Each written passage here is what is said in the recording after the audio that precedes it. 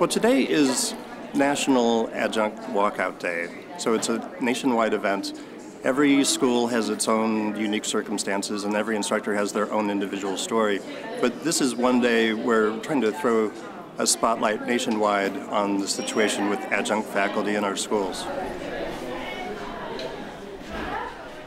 Today is National Adjunct Walk-Out Day, and actually it's International Adjunct Walk-Out Day. There are schools in Ireland and England, all over the world Australia, who are participating. Really with austerity cuts, what has been happening to instruction in higher education is that they keep cutting back, and not cutting back with administration and with fancy dorms and with fancy football stadiums, but cutting back the actual instruction at the university.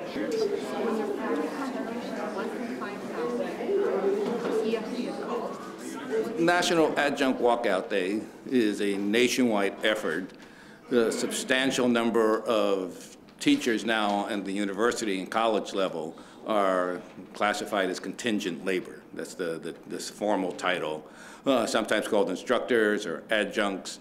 These are people who are not on tenure track positions, so they have no job security. Some are full-time, some are part-time, but you could be full-time this year and part-time next year. And most contingent faculty end up teaching at 2, 3, 4 different places to make a living wage and to come up with the benefits necessary to live in today's society.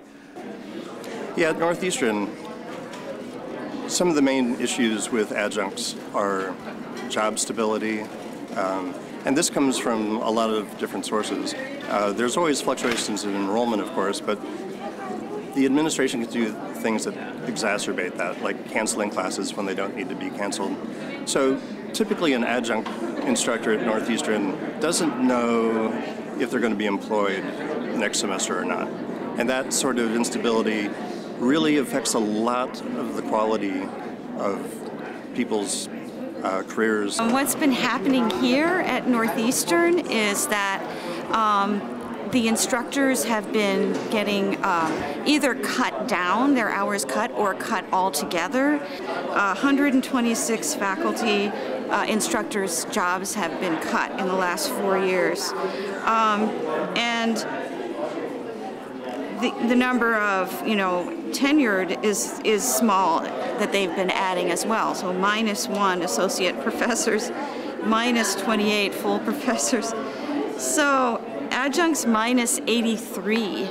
So really it's been hitting the adjuncts here very hard.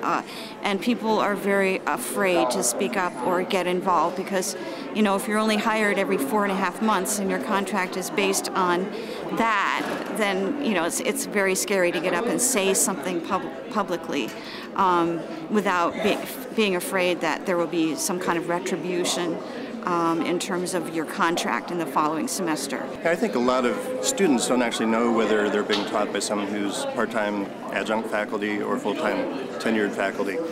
It usually comes down to how much they're around outside of class time. It's definitely good for the school if there are people who are involved on an ongoing basis inside and outside the classroom.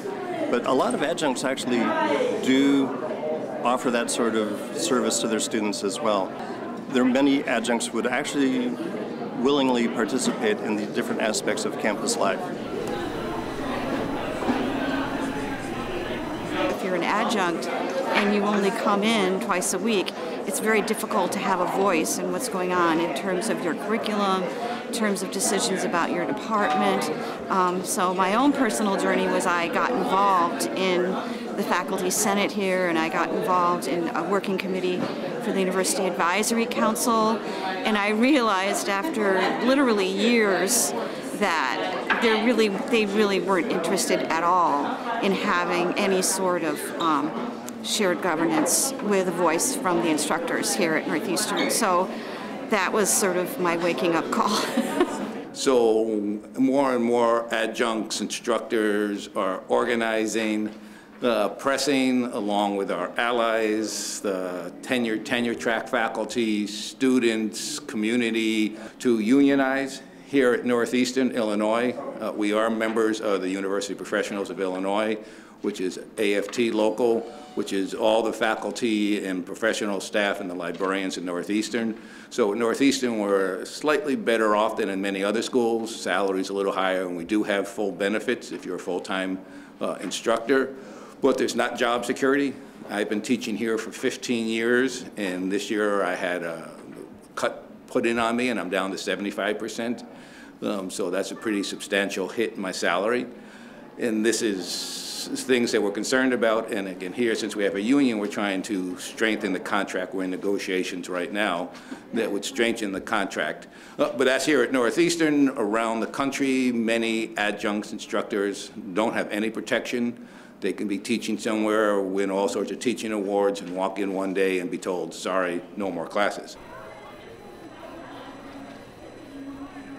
So today we're going to be having a teach-in at 12 o'clock to 2 o'clock downstairs. There's a panel of instructors, adjuncts, who will be presenting, and then we'll be breaking up into groups and discussing and coming up with an action, something that we can do and work with students, instructors, tenure track, tenured. It's really all of the everybody in this academic community who's concerned about what's been happening to the quality of instruction here at Northeastern. Most of the classes in our department are taught by instructors, and some of them who are also here at Northeastern for, you know, as many as 9, 10, 12, 14 years have been cut down to 75%, 50% even. And that's due in part to class cancellations, but it's also due to the fact that there's been just a general reduction in what we've been allowed to offer, just a general reduction in course offerings overall. You know, we used to offer so many classes, and now we're being told, can't do that. Cut that schedule in half. So people are obviously going to lose jobs. So there's been a lot of problems with just instructors worried about pay, like how much am I getting paid this week? They've had different amounts on different pay periods, and having to get in touch with payroll to find out what's happening, getting emails saying, listen, you owe us a lot of money now. You have to pay us back this big portion of your salary of what you were paid in the fall, for example. I mean, that's awful to get that. And then at the same time, so it's like a triple kind of a doozy, being told, you've been cut down, you've lost a portion of your salary now, you owe us money from last semester, and if you want to stay insured, your premiums are going up. So pay us a lot more money with the fraction of a salary that you are now making. I know this will be familiar to many of you. I had weird days where I would do something like this. Take a train at 6:30 in the morning downtown to teach one class at Roosevelt. On the train ride home, eat my lunch, walk to my car, get in the car, drive my car out to River Forest to teach one class at Dominican, sometimes then drive to a night class at Oakton Community College, further north obviously, and then sometimes the next morning teach 2 classes back to back at Oakton. Like, where I fit in my office hours was insane. I could hardly squeeze it in. More notably was that I would wind up in these situations like this. A student needs extra assistance in writing. What is the name of the writing tutor service at this school? I have no idea. Because I have 3 different schools, I can't keep track of it. So I say, like, go to the learning center. Not the right one. Like, this obviously would damage my ethos with the student, but like the more like present problem was I don't know where to direct you. I have to go through my syllabus right now, pull it out and figure out what it is, which school we're at. Then I would have these situations on the train where I'd realize I had like packed the wrong folders for that day, right? And then, of course, you know when you're a teacher or a student, you are personally bound with that person. So trying to keep track of students' personal lives, which come up in writing or literally because they have daily or life emergencies, trying to keep track of all of that for 3 different schools, different schedules for when the classes meet. I know this is a familiar problem. That was exhausting and insane. After 2 years of doing that, I realized that my salary for that crazy work was less than I had made as a waitress, during graduate school. But like, and obviously I like teaching work, and that was the work I wanted to do, but it seemed really insane. And then the final thing I wanted to say that's real and disturbing and I think kind of horrifying is that when I became accidentally pregnant, I legitimately worried that I might not have my contract renewed, which is perfectly legal, because I might not be able to teach while pushing a human out of my body, etc.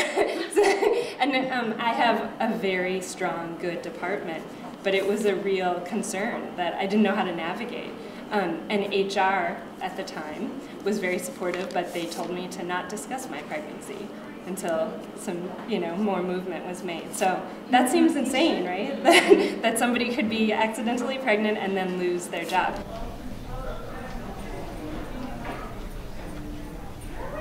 Around the country, many adjuncts instructors don't have any protection. They can be teaching somewhere, win all sorts of teaching awards, and walk in one day and be told, sorry, no more classes. That's happened to me. That happened to me at DePaul University here in Chicago. Taught there for many years. Came in, was told, sorry, no more classes for you, and I was unemployed.